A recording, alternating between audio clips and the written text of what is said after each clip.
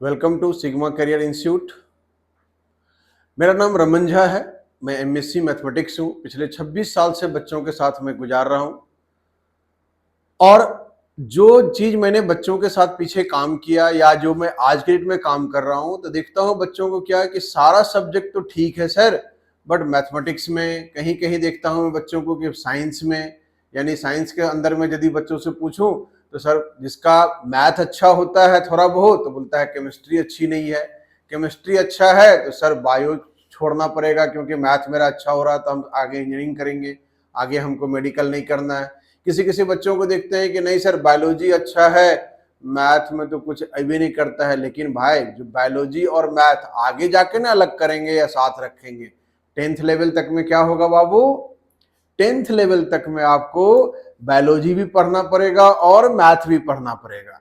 उसके बाद आप डिसाइड कर सकते हो कि हाँ बायोलॉजी रखना है कि मैथ रखना है या दोनों साथ में लेके चलना है। सबसे मेजर इंपॉर्टेंट चीज क्या है, 10th का मैथमेटिक्स आपके रिजल्ट को डिसाइड करता है। रिजल्ट में यदि आपको मोर देन 90% मार्क चाहिए तो आपकी मैथमेटिक्स अच्छी होनी चाहिए।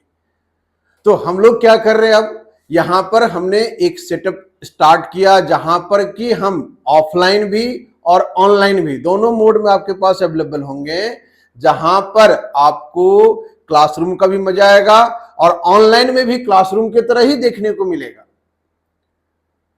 तो वहां पे आकर के आप यहां पे जब आएंगे तो आपको ये फील होगा कि हाँ मैथमेटिक्स कैसे पढ़ाया जाता है।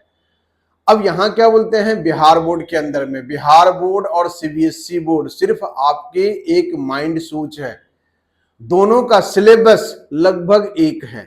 हम यदि मार्केट में जाते हैं, सिंपल सा चीज यूज करो, हम जाते हैं क्या, एप्पल है, दूसरा आदमी खड़ा होता है सेब कौन सा अच्छा है भाई तो एप्पल ही ना, एप्पल ही को सेब बोल रहा है, सेब को एप्पल बोल रहा है।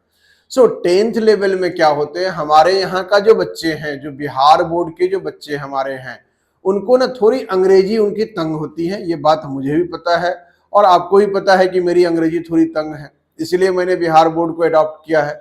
ये बात तो आप ईमानदारी से स्वीकार कर सकते हो।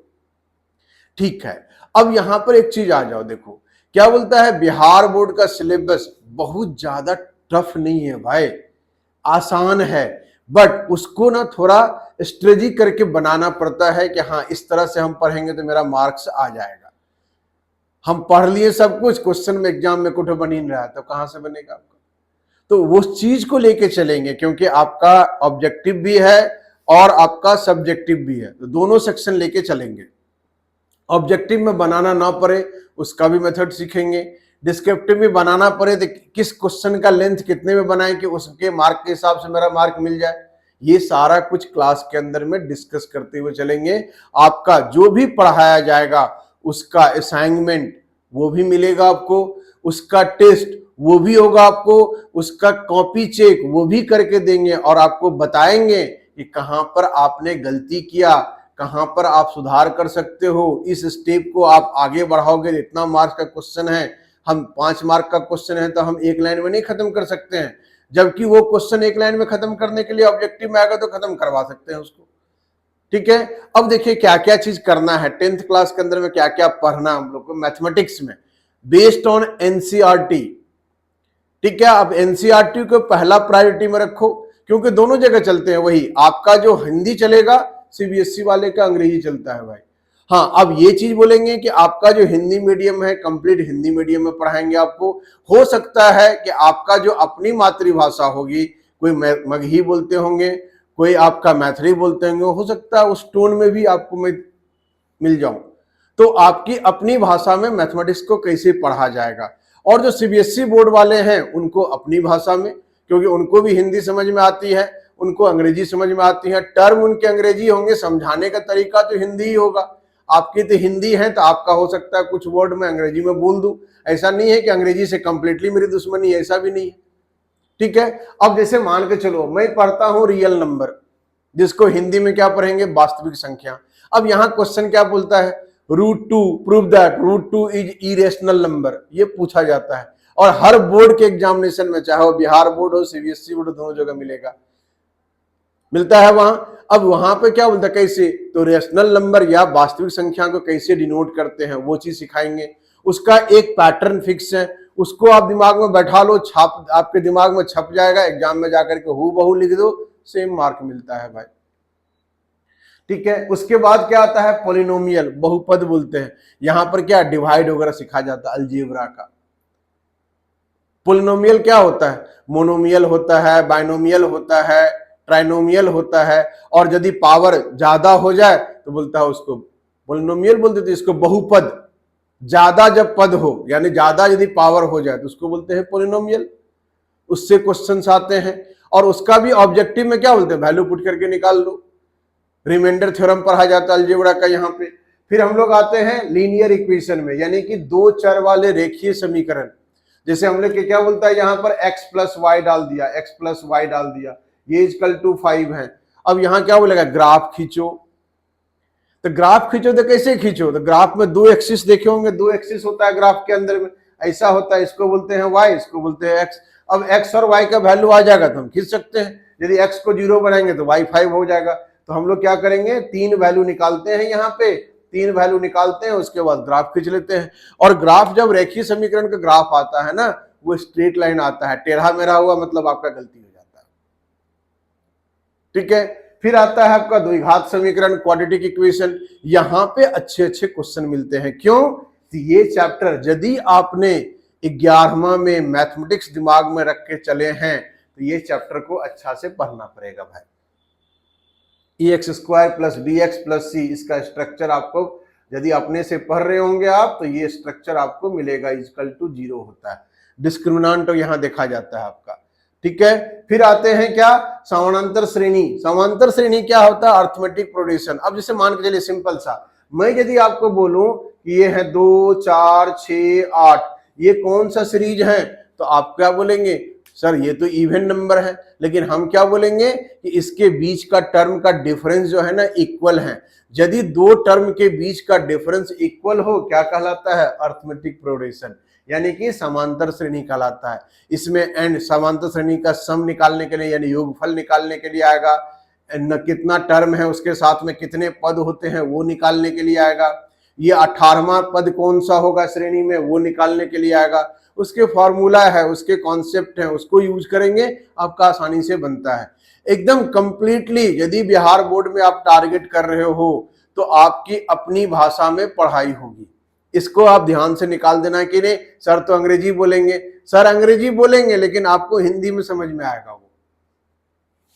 फिर त्रिभुज आएगा, त्रिभुज क्या बोलता है आपका, कंप्लीटली ये जो चैप्टर है ना ये आपका कॉन्सेप्चुअल चैप्टर है, कॉन्सेप्चुअल चैप्टर है, और कॉन्सेप्चुअल चैप्टर आपको आनी चाहिए, कॉन्सेप्ट रहेगा। क्योंकि आपने 9th में पढ़ा होगा, 9th में क्या पढ़ा होगा आपने कि दो ट्रायंगल कॉन्ग्रुएंसी कैसे होते हैं, यहां पूछेगा सिमिलरिटी बराबर कैसे होते हैं, ये चीज यूज करेगा। यहां से क्वेश्चंस मिलते हैं हर एग्जाम में।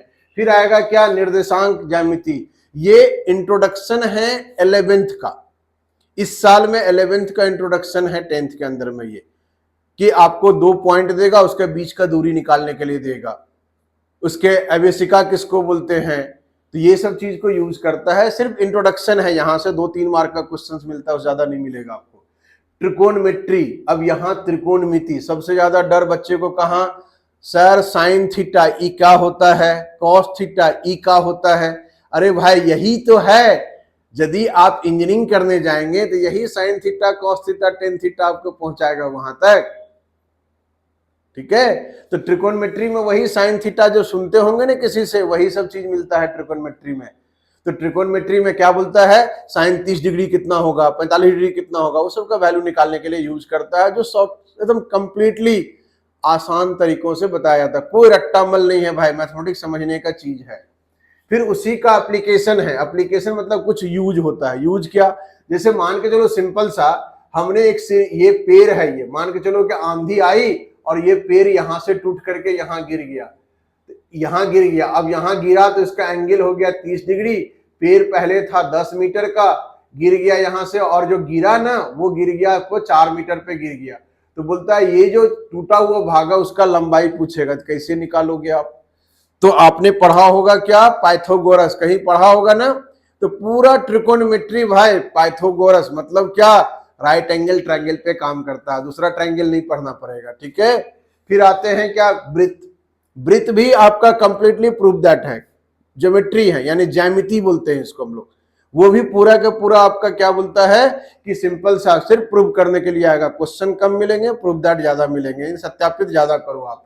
फिर आता है कंस्ट्रक्शन, ये तो कंपास चाहिए, कंपास मिलेगा तभी कंस्ट्रक्शन कर सकते हो, एक क्वेश्चन मिलता है एग्जाम में। हाँ, यहां पर आपको मिलेगा वृत्तों से संबंधित क्षेत्रफल, यानी कि वृत्त से संबंधित क्षेत्रफल मतलब क्या, एरिया ऑफ सर्किल पता होगा, एरिया मतलब क्या, वृत्त का क्षेत्रफल, अर्धवृत्त का क्षेत्रफल, सेक्टर का क्षेत्रफल मतलब उसके जो वृत्त खंड है उसका क्षेत्रफल क्या होगा, वो सब निकालने के लिए आएगा, या वृत्त के अंदर में अंतःवृत्त दे देगा उसका क्षेत्रफल निकालने के लिए आएगा दोनों का। फिर उसी के साथ में आपका ये जो है इसको बोलते हैं क्या, पृष्ठीय क्षेत्र का आयतन बोलते हैं, सरफेस एरिया और वॉल्यूम। अब देखो ज्यामिति दो तरीके का है, एक प्लेन है, एक है आपका सॉलिड। सॉलिड के लिए आपका ये सेक्शन यूज करता है, कौन सा, पृष्ठीय क्षेत्रफल और आयतन, जैसे क्या, घन का, घनाभ का, गोला का, बेलन का, शंकु का, ये सब का आयतन निकलता है और पृष्ठीय क्षेत्रफल निकलता है, और सर्किल का, ट्रायंगल का, फिर आपका आयत का, फिर आपका क्या बोलते हैं वर्ग का, इस सब का क्षेत्रफल निकलता है। तो वो 2D है, 2 डायमेंशनल फिगर, ये 3 डायमेंशनल फिगर होता है, इसीलिए इसका आयतन को यूज करते हैं, पृष्ठीय क्षेत्रफल यानी क्या, वक्र पृष्ठ, जब भी देखोगे कुछ टेढ़ा रहेगा एरिया, उसका भी भाग का क्षेत्रफल निकालना पड़ता है। फिर आते हैं सांख्यिकी। सांख्यिकी में मीन, मॉड, मीडियन, माध्य, बहुलक, यही सब निकालना होता है उस जगह पे आकर के सांख्यिकी के अंदर में। और ये है प्रोबेबिलिटी, ये आप 5वां यहाँ की 7वां क्लास से स्टार्ट होता है प्रोबेबिलिटी निकालने के लिए। प्रोबेबिलिटी बोलते हैं प्रायिकता, जैसे बोलते हैं क्या कि हमने एक कॉइन को फेंका, एक सिक्का को, 1 रुपया का सिक्का फेंका, मैच खेलने जाते हो ना, तो क्या बोलता है, हेड आएगा कि टेल, चांस क्या है, तो क्या बोलते हैं, आज 50-50 का चांस है भाई, वही चीज है प्रायिकता। प्रायिकता जो है वही चीज है, जैसे लूडो खेलते हो तो क्या बोलते हो, 6 आएगा कि नहीं आएगा, आता है 2, एक ही बार ना 2 आएगा भाई, तो कितना होगा, टोटल भाग कितना, 6, तो क्या बोलेंगे 1/6 है। प्लेइंग कार्ड देखे होंगे, ताश खेलते हुए देखे होंगे, चाचा लोग, अंकल लोग खेलते रहते हैं ताश, भैया लोग, ताश में कितना पत्ता होता है, उसमें किंग कितना होता है, वो सब चीज को यहाँ पर बताया जाएगा, ठीक है। तो ये चीज को लेके चलेंगे, एनसीईआरटी कंप्लीटली फॉलो करेंगे। लेकिन आपको मैं फिर से बताता हूं कि हिंदी मीडियम का होगा, हिंदी मीडियम का यदि आप हिंदी में अवेलेबल कर चाहते हैं, हिंदी में कोर्स करें, आप आइए, निश्चित रूप से आपको हिंदी में ही मिलेगा, कम फीस में क्वालिटी मिलेगा, इसकी गारंटी देंगे, ठीक है। निश्चित रूप से आप एक बार देखिए, आकर के देखिए, फिर उसके बाद आप डिसाइड कीजिएगा, ठीक है। Thank you.